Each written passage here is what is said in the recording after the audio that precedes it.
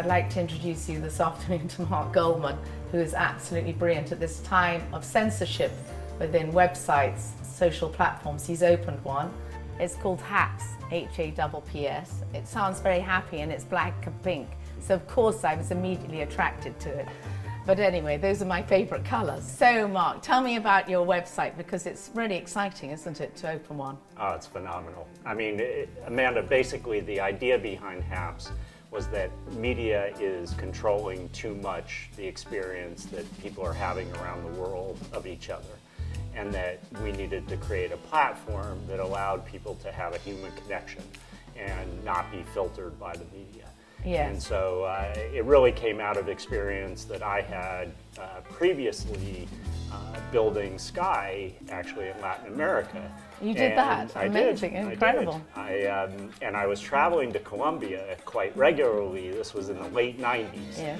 The perception of Colombians in the US at the time, if you watch the media, was that everybody in Colombia were bad people and drug lords, and it was, you know, an awful place.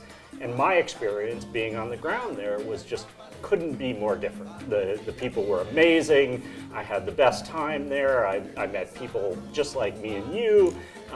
And I realized that the media really shapes our opinion. It does, about, absolutely. you know, about people and about situations, and that we needed to take those barriers out. And so we've created Haps as a social live streaming platform where people are bringing their kind of profession Yes. and their expertise to the table to base their live streams on, but really what it's about is making connections with people and cultures all over the world. Because it's very clever. I mean, it's a sort of for young journalists, isn't it, as well? Well, interesting question. So we started off for journalists. Yes. The original idea of Haps was to remove big media companies from the equation and essentially let journalists all over the world share their stories and what their experiences were in a much more authentic way. So we built this incredible technology platform. Yes. We started producing live news and we were doing incredible stories all over the world. And then we realized we were thinking too small. We were thinking just like a traditional media company, because we were using those incredible tools for our own purposes. But the bigger idea was to basically turn those tools over to anybody and empower them to tell their own stories and to create their own media brands. Okay. And so we've now done that, and what's happened is not only are journalists making use of the platform, but now all sorts of people are making use of the platform. So we have tremendous musicians on the platform. We have health and wellness experts. We have academics on the platform. Fashionistas on the platform, cooks from all over the world. It's really a phenomenal community that's building on here, that's exchanging ideas and having meaningful conversations, and I think, making the world a much more understandable and accessible place as a result. Yeah, well, I think so. And I really quite liked it because there was a lot of youth about it. It felt young, it feels young.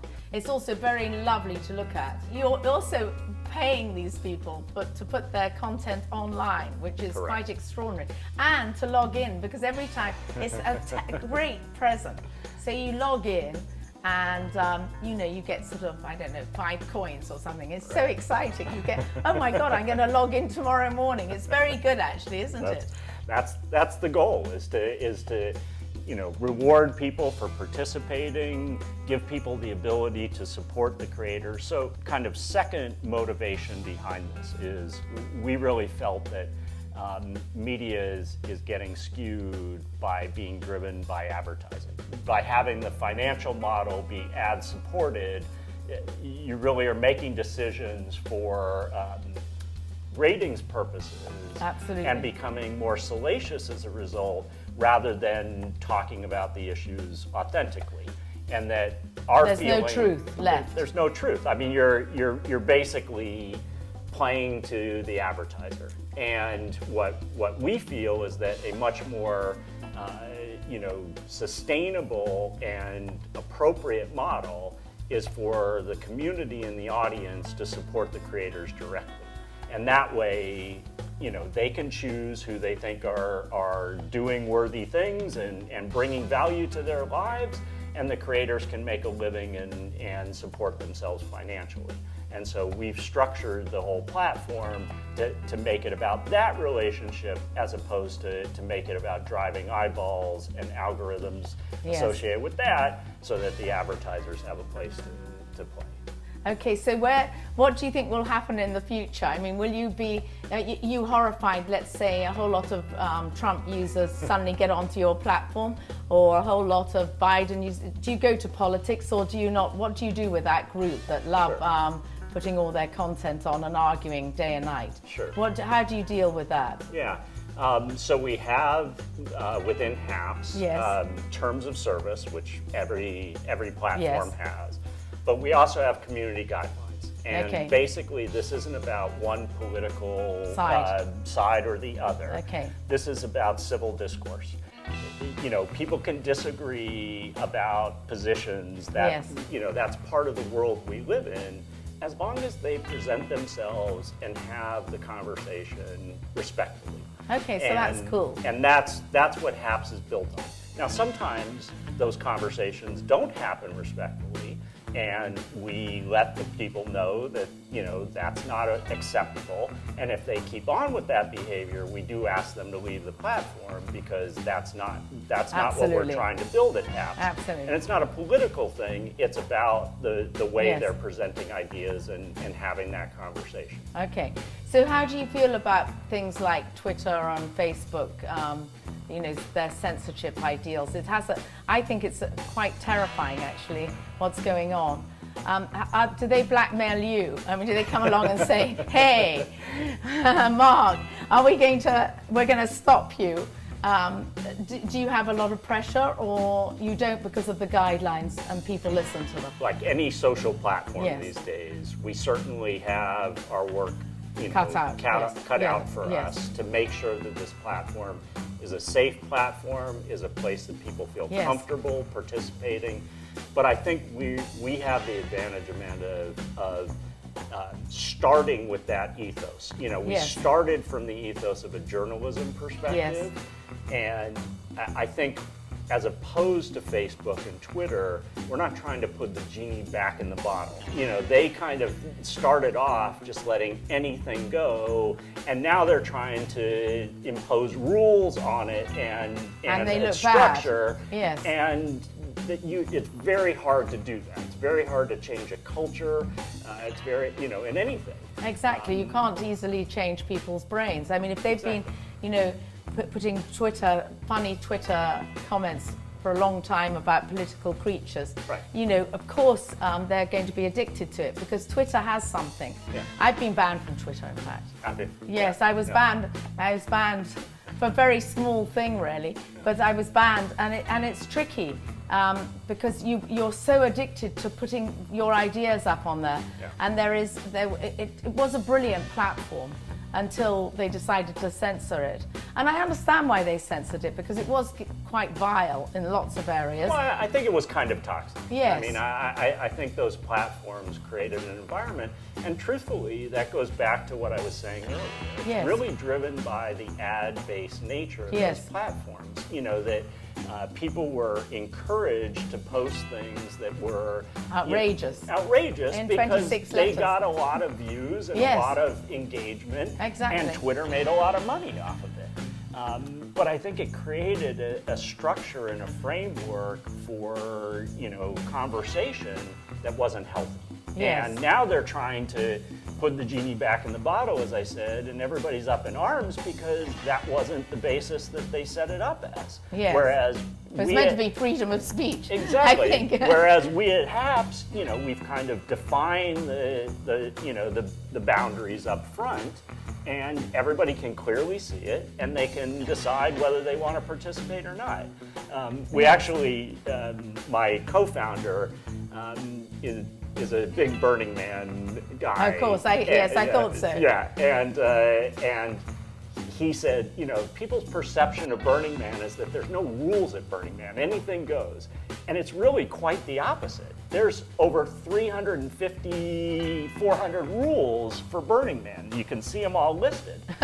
But at the end of the rules, it basically says, look, we respect if you don't like these rules and you don't want to be part of this, you're free to start your own festival. And that's the way we feel too. You know, we've set up Haps, we've set up a structure, and we believe that we're creating an environment that's fantastic for the exchange of ideas. If it's not working for you, you're welcome to go create your own platform. Whatever you want to do. Exactly. So how does it work?